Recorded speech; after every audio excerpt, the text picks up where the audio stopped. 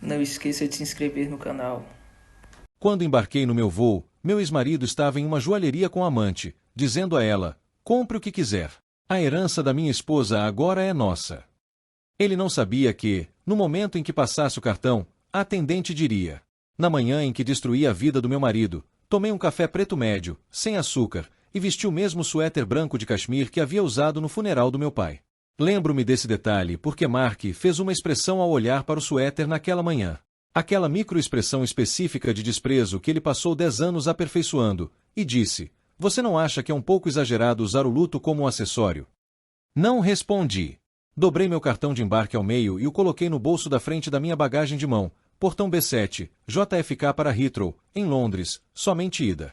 Naquele exato momento, 40 quarteirões ao sul de onde eu estava, Mark Reynolds agitava uma mão bem cuidada diante de uma vitrine de vidro no térreo da loja principal da Tiffany Co., na Quinta Avenida, dizendo a uma mulher chamada Tiffany Vance: sim, esse era realmente o nome dela, o universo tem um senso de ironia brutal. Compre o que quiser, amor.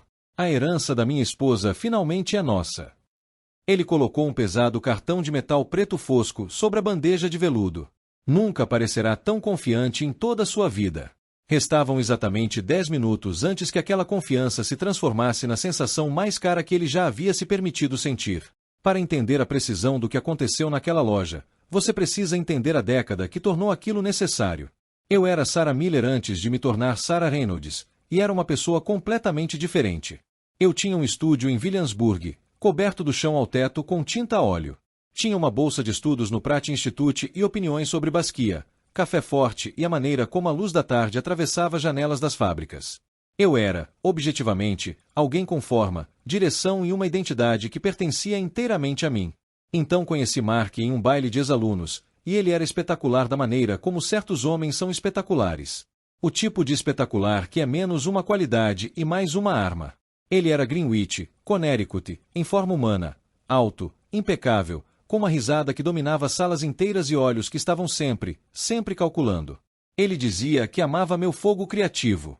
Dizia que nunca havia conhecido ninguém como eu. Dizia que queria construir algo verdadeiro. O que ele realmente queria dizer era: quero acesso ao fundo fiduciário por trás desse fogo criativo. Meu pai, Robert Miller, um empreendedor de tecnologia que construiu sozinho uma pequena empresa de semicondutores até transformá-la em um empreendimento de 2 bilhões de dólares graças à pura inteligência obstinada, enxergou Mark imediatamente. Ele sempre era educado nos jantares. Fazia perguntas diretas sobre as finanças de Mark e ouvia as respostas chegarem cheias de jargões elegantes evasivas, sorrindo da maneira como um cirurgião sorri quando já sabe o que o exame vai mostrar. Ele nunca proibiu o casamento. Apenas disse uma vez, em voz baixa, parado na bancada da cozinha com um copo de uísque escocês de 20 anos na mão: Sarah, quando alguém mostra quem é nos primeiros 5 minutos, acredite. Eu tinha 29 anos e estava convencida de que sabia mais. Casei-me com Mark 18 meses depois. Ao longo dos 10 anos seguintes, vi minha identidade ser lentamente comprimida até assumir a forma que Mark exigia. Parei de pintar. Passei a frequentar almoços beneficentes, bailes de clubes de campo e a administrar o calendário social de uma casa financiada inteiramente pelo dinheiro da minha família. Enquanto isso, Mark aceitava elogios pela nossa propriedade de 15 mil pés quadrados em Greenwich com orgulho de um homem que a tivesse construído com as próprias mãos. Sua empresa imobiliária funcionava com o meu capital, o nome da minha família e a rede de contatos cuidadosamente cultivada por meu pai. Em Greenwich, a imagem é uma moeda por si só, e Mark era um falsificador magistral. Não havia gritos, nem discussões dramáticas, nem ultimatos ou pratos voando. Havia algo mais silencioso e pior, uma lenta e contínua compressão da minha identidade até que ela assumisse uma forma que se encaixasse melhor ao lado dele. Quando eu mencionava voltar a pintar, Mark sorria e dizia: claro, querida, quando as coisas se acalmarem na empresa. As coisas nunca se acalmavam. Quando eu falava em formar uma família, ele dizia: com certeza, quando o mercado se estabilizar. O mercado nunca se estabilizava. Toda conversa sobre a minha vida terminava com um redirecionamento educado de volta para a vida dele. Passei uma década inteira sendo administrada. Então meu pai adoeceu, e meu pai morreu. 3 semanas depois do funeral, Mark ficou em nossa cozinha de mármore e disse que meu luto estava ficando cansativo. Quero permanecer naquele momento, porque foi ali que tudo dentro de mim, que vinha se deteriorando silenciosamente, finalmente se transformou em algo duro, frio e capaz de sustentar peso. Eu segurava o velho Patek Philippe do meu pai, um relógio arranhado e gasto que ele usava todos os dias desde 1987. O vidro estava opaco nas bordas. A pulseira de couro havia sido substituída tantas vezes que os furos tinham se multiplicado. O relógio havia chegado dos advogados do espólio em uma pequena caixa, com um bilhete escrito à mão, contendo 6 palavras. Continue construindo. Com amor, papai. Eu ainda não entendia o que ele queria dizer. Mark nem levantou os olhos do celular. Ele estava verificando preços de commodities, anúncios de imóveis ou mensagens de alguém. Eu só descobriria exatamente quem era mais tarde naquela noite. Mark ajeitou a gravata no reflexo escuro do vidro do forno e disse, como se estivesse repetindo uma posição comercial perfeitamente razoável. Os advogados estão esperando sua assinatura nos documentos de transferência. Pare de ser tão emocional e comece a agir como uma parceira. Olhei para ele por um longo momento. Enxuguei o rosto. Assenti com a cabeça. Não dormi naquela noite. Por volta das 2 horas da manhã, fui ao escritório dele para usar a impressora. O notebook de Mark estava aberto sobre a mesa, com a tela iluminada. Ele sempre foi arrogantemente descuidado com seus dispositivos quando eu estava por perto, um dos muitos sintomas do desprezo fundamental que existia sob o nosso casamento. Ele realmente não acreditava que eu estivesse prestando atenção. Havia uma única pasta no centro da área de trabalho. Ele a havia nomeado com uma confiança impressionante, simplesmente, estratégia de saída. Minhas mãos estavam firmes quando cliquei para abri-la. Meu peito, não. Dentro havia um documento de 63 páginas, com estruturas jurídicas, cronogramas financeiros e anotações contendo os nomes de advogados e consultores financeiros que eu não conhecia. O documento descrevia, passo a passo, exatamente como Mark planejava fazer com que eu assinasse a herança de 50 milhões de dólares deixada por meu pai para um fundo familiar conjunto e, imediatamente depois, entrasse com pedido de divórcio antes que eu pudesse consultar um advogado de forma independente. Como o dinheiro ficaria em uma conta compartilhada, estaria sujeito à divisão equitativa prevista pela legislação de divórcio de Connecticut. Ele até havia calculado quanto eu receberia no acordo, 400 mil dólares de uma herança de 50 milhões de dólares. Meu coração não disparou. Minhas mãos não tremeram. Pela primeira vez em 10 anos, senti uma clareza limpa e aterrorizante. Aquela clareza que surge quando você finalmente enxerga a forma de algo dentro do qual esteve vivendo sem jamais perceber as paredes. Fechei o notebook. Voltei para o quarto de hóspedes e disquei um número que eu sabia de cor. Elias, falei, com a voz despida de qualquer suavidade.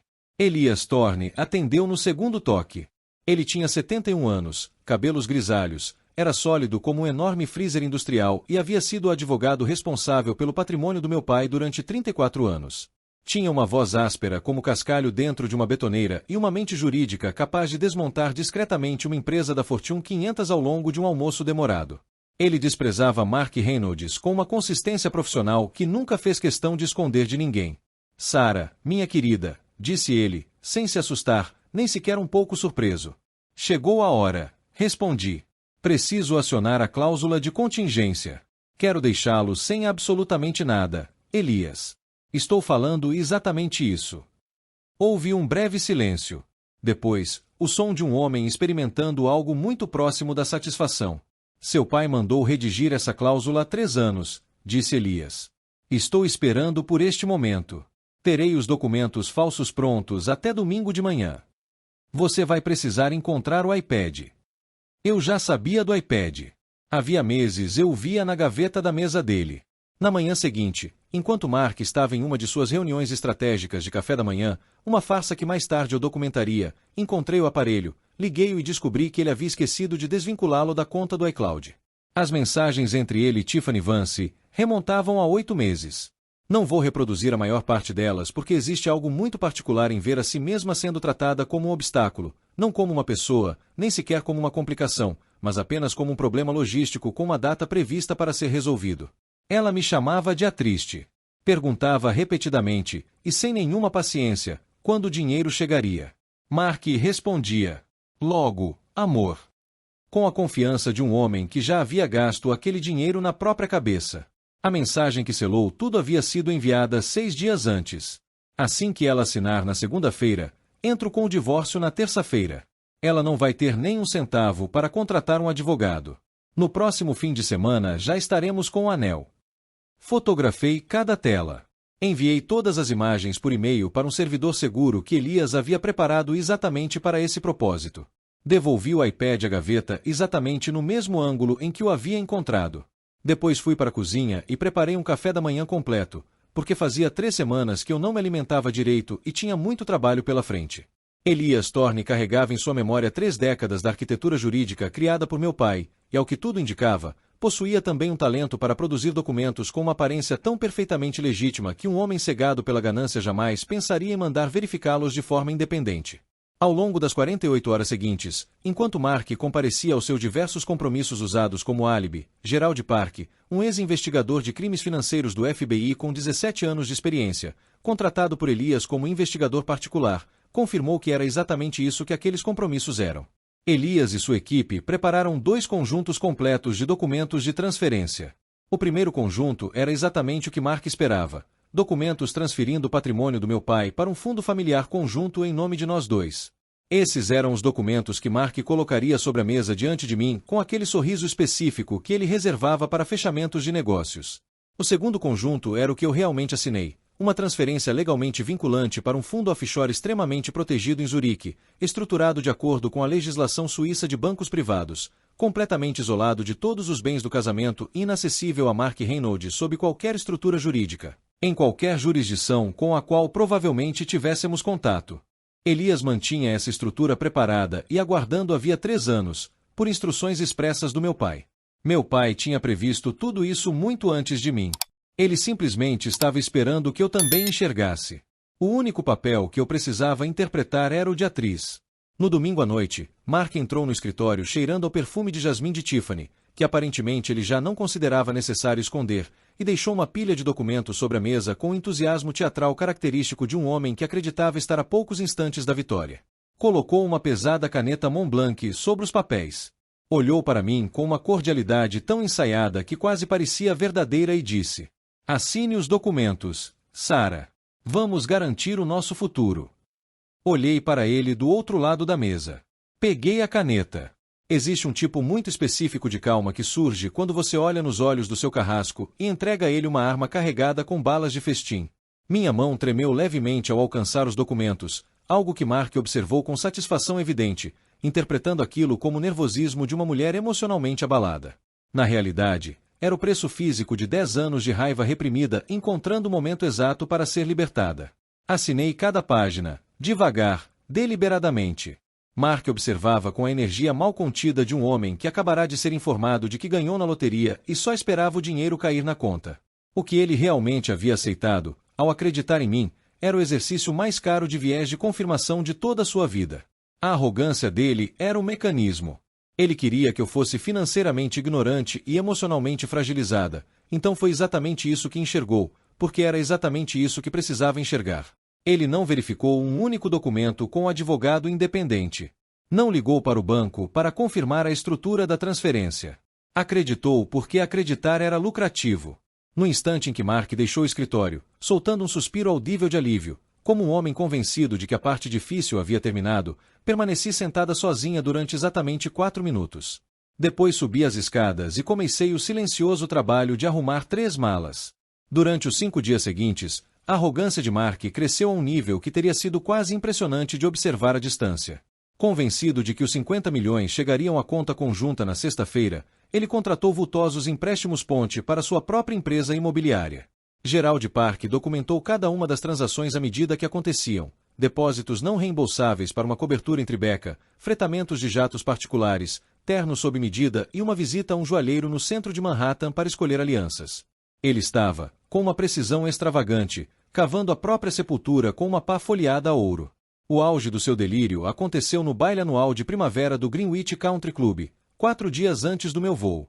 Mark estava no centro do salão com um copo de Macallan na mão e a outra mão repousando alguns centímetros abaixo do aceitável nas costas de Tiffany Vance, à vista de todas as pessoas que já haviam participado de um dos nossos jantares e sorrido do outro lado da nossa mesa.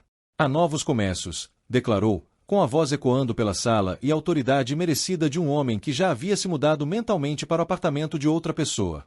Minha esposa finalmente enxergou a realidade. Vamos expandir significativamente o portfólio da Reynolds. Grandes coisas estão por vir.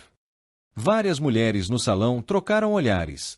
Aqueles olhares específicos que surgem quando algo verdadeiro é visível para todos na sala, exceto para a pessoa a quem aquilo mais diz respeito. O código de silêncio de Greenwich permaneceu intacto, como sempre acontecia. Sim, respondi a cerca de 1 metro de distância, com uma voz baixa o suficiente para obrigar a sala inteira a silenciar para me ouvir. Maior do que você consegue imaginar, Mark. Fiz questão de que tudo estivesse exatamente onde deveria estar. Ele sorriu e deu um tapinha no meu ombro, como se eu fosse um Golden Retriever que acabará de executar um truque sob comando. Sorri de volta. Era a coisa mais afiada que eu possuía. Na noite anterior ao meu voo, permaneci deitada no quarto de hóspedes ouvindo Mark dormir no quarto ao lado do corredor. A confiança dele era tão absoluta que lhe permitia dormir profundamente, sem qualquer sinal de consciência pesada. Tudo estava no devido lugar. Gerald Park estava posicionado. As contas estavam preparadas. Os advogados permaneciam de prontidão. Elias havia protocolado pedido de urgência perante uma juíza do estado de Connecticut, a meritíssima Patrícia Osemenza, com 22 anos de magistratura. Ela havia analisado o documento da estratégia de saída, as fotografias das mensagens e as provas da coerção financeira, assinando a ordem de restrição às 9h30 da noite. Às 6h30 da manhã, levei 3 malas até um carro preto que aguardava ligado na entrada da casa. Antes de deixar a suíte principal pela última vez, coloquei 2 objetos no centro do lado perfeitamente arrumado da cama de Mark. O primeiro era uma caixa vazia de joias da Tiffany Co., revestida de veludo. O segundo era uma elegante pasta preta que parecia exatamente um documento de confirmação bancária. Dentro dela havia uma cópia autenticada da ordem de restrição, do pedido de divórcio e de uma carta de uma única página que eu mesma havia escrito, composta por 3 frases, as quais não vou reproduzir aqui. Ele aléria por volta do meio-dia. Ele aléria sozinho. Às 9h45 da manhã, eu já estava sentada na sala VIP da primeira classe do aeroporto JFK, observando a pista através das janelas do chão ao teto, enquanto meu coração mantinha um ritmo específico de expectativa contra as minhas costelas. As atualizações de Gerald Park chegavam por mensagens criptografadas a cada poucos minutos. 9h50 da manhã. Assunto e acompanhante entraram na loja principal da Tiffany Co., na 5ª Avenida. O assunto está, como de costume, falando alto. Pedi um segundo café. 9h56 da manhã. O assunto está no balcão principal de exposição. A acompanhante escolheu um anel de diamante amarelo. Valor estimado, $340 mil. 9h58 da manhã. O assunto apresentou o cartão, solicitando a transação. Observei o relógio digital do meu celular. 60 segundos. 30. 10. Exatamente às 10h da manhã, enviei uma única mensagem de uma palavra para Elias Thorne. Execute. Nos 60 segundos seguintes, uma guilhotina financeira caiu sobre todas as contas que levavam nossos 2 nomes. A equipe de Elias, David Mori, Thorne & Associates, agiu com a precisão que 34 anos de preparação costumam produzir. Todas as contas conjuntas foram encerradas de forma permanente. Todos os cartões de crédito adicionais vinculados ao meu nome foram imediatamente cancelados e sinalizados. Uma ordem judicial bloqueou completamente o acesso de Mark à propriedade de Greenwich. As fechaduras haviam sido trocadas às 8h da manhã. Gerald Park havia confirmado que tudo havia sido feito corretamente. Na 5ª Avenida, Mark Reynolds apoiava-se no elegante balcão de vidro com a confiança física de um homem que jamais, em toda a vida, teve uma transação recusada. Apontou para o anel de diamante amarelo com a autoridade despreocupada de alguém que faz um pedido em um restaurante cujo cardápio já decorou. Vamos levar esse. Pegou o cartão preto e o deslizou sobre a bandeja de veludo com um pequeno floreio teatral. Tiffany se agarrou ao braço dele e soltou o som de uma mulher convencida de que seu futuro acabava de ser comprado. O vendedor, Dennis Wang, um profissional experiente com 26 anos de trabalho naquela loja, a quem Gerald Park havia discretamente informado 40 minutos antes, pegou o cartão e o passou na máquina. Uma luz vermelha. Um breve sinal sonoro oco. Dennis franziu a testa com a neutralidade profissional cuidadosamente treinada e tentou novamente. Outro sinal sonoro. Desculpe, Sr. Reynolds, disse Dennis. A transação foi recusada. Mark riu. Era o riso de um homem que ainda não conseguia compreender a interpretação correta dos acontecimentos. Tente de novo, amigo. Eu movimentei $50 milhões hoje de manhã. O sistema provavelmente ainda está atualizando. Dennis digitou algumas informações na tela. Permaneceu olhando para o monitor durante um longo instante. A expressão cordial que manteve durante 26 anos de carreira não desapareceu, apenas foi substituída por algo mais frio e definitivo. Senhor, disse Dennis, baixando a voz exatamente para um tom que faz as pessoas ao redor se inclinarem para ouvir, enquanto a pessoa a quem as palavras se destinam se sente completamente exposta. Estou recebendo um alerta de alta prioridade para esta conta. Ela foi encerrada pela titular principal aproximadamente há 10 minutos. Fez uma pausa. Também há um alerta de fraude associado ao seu nome emitido pelo banco. Outra pausa. Recebi instruções para reter este cartão. Dennis Wang pegou o cartão preto. Colocou-o em uma caixa de segurança sob o balcão. A fechadura produziu um pequeno clique definitivo. O silêncio que se seguiu durou talvez 3 segundos. Então Mark Reynolds começou a gritar. Exigiu falar com o gerente. Exigiu falar com seu banco. Começou a citar nomes influentes, exatamente como fizera durante toda a vida adulta em lugares como aquele. Seu rosto ficou vermelho da maneira característica de um homem cujo acesso ao poder acabará de ser revogado e que ainda não conseguia acreditar que aquela revogação era permanente. A segurança da loja entrou em ação. 2 homens altos, usando ternos escuros, que também haviam sido discretamente informados, caminharam em direção ao balcão por lados opostos da loja. Tiffany Vance afastou-se dele. Olhou para a bandeja de veludo vazia. Olhou para os 2 seguranças. Olhou para Mark, com o rosto vermelho e gritando. Toda a elegante atuação que sustentara sua vida finalmente o abandonara por completo. Ela tirou o celular da bolsa e chamou um táxi. No portão B7, anunciaram o embarque do meu voo. Entreguei meu passaporte à atendente. Atravessei a ponte de embarque. Sentei-me na poltrona ao lado da janela. O avião começou a se afastar do portão. Os motores ganharam um rugido constante. Observei a geometria do aeroporto ficar cada vez mais distante. Peguei o celular para ativar o modo avião. Antes disso, uma última notificação iluminou a tela. Uma mensagem criptografada de Elias Thorne. Transferência eletrônica de $50 milhões para o fundo em Zurique concluída com sucesso. Tenha um bom voo, Sra. Miller. Desliguei o celular. Observei o chão se afastar. E, pela primeira vez em 10 anos, respirei um ar que parecia ser inteiramente meu. A gravidade é um tipo muito específico de punição para pessoas que construíram suas vidas nas alturas. Quando Mark finalmente deixou a Quinta Avenida sem o anel e, pouco depois, sem Tiffany, que lhe deu um beijo no rosto na fila dos táxis antes de informar ao motorista um endereço no lado oposto da cidade, ordenou que seu motorista retornasse para Greenwich. Ele precisava dos documentos. Precisava consertar aquilo. Precisava encontrar a brecha no plano e abri-la. Seu sedã parou diante dos portões de ferro forjado da propriedade às 11h40 da manhã. Ele digitou seu código de acesso. Uma luz vermelha acendeu no painel. Saiu do carro. A fechadura do portão de pedestres havia sido substituída. E ali, organizados em uma fileira impecável sobre os paralelepípedos da entrada da casa, estavam 6 grandes sacos de lixo pretos reforçados. Dentro deles estavam seus ternos sob medida, seus tacos de golfe, sua coleção de relógios de luxo, seus sapatos feitos sob medida e suas canetas Montblanc. Presa com fita adesiva ao saco mais externo estava uma cópia autenticada da ordem de restrição assinada e carimbada pela juíza Patrícia Osei Mensa, junto com o pedido de divórcio. Ele estava impedido de entrar. As contas haviam sido encerradas. E, por causa dos empréstimos ponte que havia contraído alegremente para sua própria empresa durante os 5 dias anteriores, empréstimos que tinha absoluta certeza de quitar no instante em que os $50 milhões chegassem às suas contas, agora acumulava quase $2 milhões em dívidas pessoais, garantidas por uma empresa que já não possuía ativos líquidos. No momento em que Tiffany Vance compreendeu toda a situação, sem dinheiro, sem propriedade, sem a cobertura em Tribeca e com um homem cuja empresa agora estava fundada em dívidas de empréstimos ponte, seu número de telefone foi desligado em menos de 48 horas. Ela se transferiu para outra corretora. Não retornou nenhuma das ligações, dos e-mails ou da única carta escrita à mão que Gerald Park documentou Mark deixando no prédio onde ela morava. Ela provou, com admirável eficiência, que jamais esteve apaixonada por Mark Reynolds. Ela estava apaixonada pelo acesso de Mark Reynolds ao dinheiro do meu pai.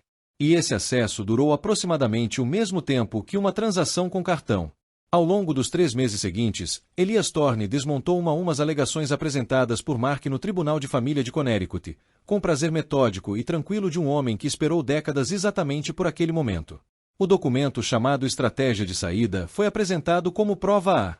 As fotografias das mensagens foram apresentadas como prova B. A documentação dos empréstimos ponte, obtida por ordem judicial e demonstrando que Mark havia comprometido sua própria empresa contando com recursos que ainda não havia recebido legalmente, foi apresentada como prova C. A juíza Patrícia Ozey Mensah ouviu todo o caso e decidiu de acordo com as provas.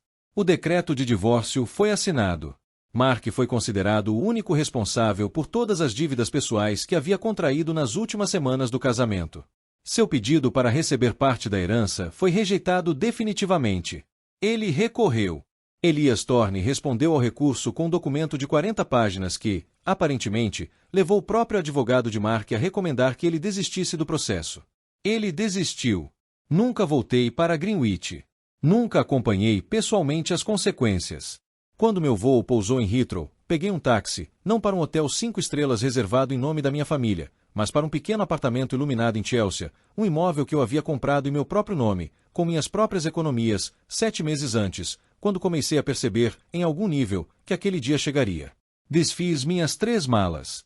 Comprei uma cafeteira simples. Dormi durante 14 horas. O estúdio era pequeno bastante para que as tintas a óleo que eu havia enviado antecipadamente ocupassem um canto inteiro do cômodo principal. Isso significava que a primeira coisa que vi ao acordar foi tinta.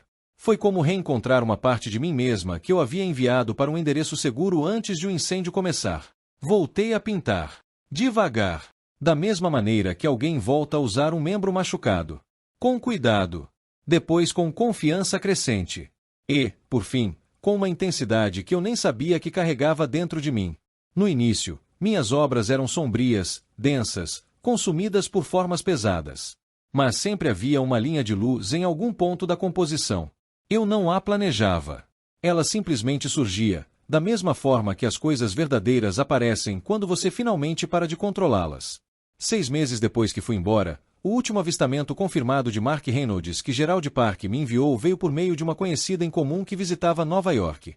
Ela o viu da janela de um táxi, em Nova Jersey, trabalhando como agente de locação para uma incorporadora de centros comerciais. Os ternos sob medida haviam desaparecido. Vestia um paletó comprado pronto. A postura orgulhosa, peito estufado, que manteve durante 15 anos havia desaparecido completamente, substituída pela expressão vazia e levemente atordoada de um homem que descobriu tarde demais que nunca esteve realmente jogando o jogo que imaginava estar jogando. Não senti satisfação quando li aquilo. Senti algo mais silencioso. Talvez alívio. Um tipo de encerramento que não exige testemunhar o desfecho. 1 ano depois de embarcar naquele voo, o ar de Londres tinha gosto de chuva e de possibilidades. Eu era uma artista profissional. Minha primeira exposição individual em uma galeria de Shoreditch havia esgotado todas as obras durante a semana de abertura. A revista British Vogue me fotografou diante de uma grande tela, repleta de formas densas, marcadas como hematomas, atravessadas por uma única faixa intensa de luz, para uma reportagem sobre mulheres artistas em seu 2º capítulo profissional. O quadro se chamava A Sombra do Parasita. Foi vendido por 100 mil libras antes mesmo de a revista chegar às bancas. Numa tarde, permaneci na varanda de ferro forjado do meu estúdio, olhando para o rio Tâmisa enquanto segurava o Patek Philippe do meu pai. O relógio continuava marcando o tempo de forma constante contra a palma da minha mão. A água refletia tons escuros e dourados sob a última luz do dia. E fiquei ali por muito tempo, permitindo-me sentir o peso específico de 10 anos comprimidos em 3 malas e, finalmente, libertados. Uma parte substancial da herança foi destinada a uma fundação, algo que eu não havia planejado antecipadamente, mas que simplesmente reconheci como inevitável. Ela oferecia apoio jurídico e financeiro rigoroso a pessoas que tentavam sair de relacionamentos marcados por coerção financeira. Era composta por advogados, consultores financeiros e defensores que compreendiam que o tipo mais eficaz de armadilha é aquele que, visto de fora, parece uma vida normal. Meu pai não teria simplesmente desejado que eu fosse rica. Ele era um homem que construía coisas. Teria desejado que eu construísse armaduras para outras pessoas. E foi isso que fiz. Era isso que eu continuava fazendo. Certa noite, minha assistente, Priya, uma estudante de pós-graduação do Royal College of Art, extremamente competente e perspicaz, que administrava a fundação com uma precisão que chegou a fazer Elias Thorne elogiá-la, algo que Elias simplesmente não fazia. Levantou os olhos do notebook com uma expressão que, de imediato, não consegui identificar. Sarah, disse ela cuidadosamente, preciso lhe mostrar uma coisa. Acabamos de receber uma transferência bancária para a fundação. De quanto? Perguntei, limpando o carvão do meu polegar. 10 milhões de dólares, respondeu Priya. É completamente anônima, mas há uma observação anexada à referência da transferência. Ela virou a tela do notebook em minha direção. A observação continha 6 palavras. Seu pai teria orgulho. Continue construindo. Fiquei completamente imóvel por um longo instante. Priya me observava, esperando, sem saber exatamente o que estava vendo em meu rosto. O relógio fazia tic-tac na minha mão. O rio Tâmisa corria escuro e dourado abaixo da varanda. Em algum lugar da cidade, a tinta secava sobre uma tela que, 10 anos antes, estava vazia. E havia uma fundação em funcionamento. E uma porta que antes permanecia fechada agora era uma porta que se abria dos 2 lados. Olhei para a tela. Olhei para aquelas 6 palavras. E, pela primeira vez em muito tempo, chorei sem fazer qualquer esforço para conter as lágrimas. Meu pai, o arquiteto original da minha independência, havia deixado um último cômodo naquele edifício. Ele apenas esperou que eu encontrasse a porta. E você que está vendo esse vídeo agora, por favor, se inscreva no meu canal, beleza? Eu sei que você já se inscreveu em vários canais parecidos como este, mas se Deus tocou no seu coração e você gostou desse vídeo, por favor, se inscreva. Pois fica cada vez mais difícil fazer esse trabalho sem você se inscrever, ok? Então, muito obrigado a todos.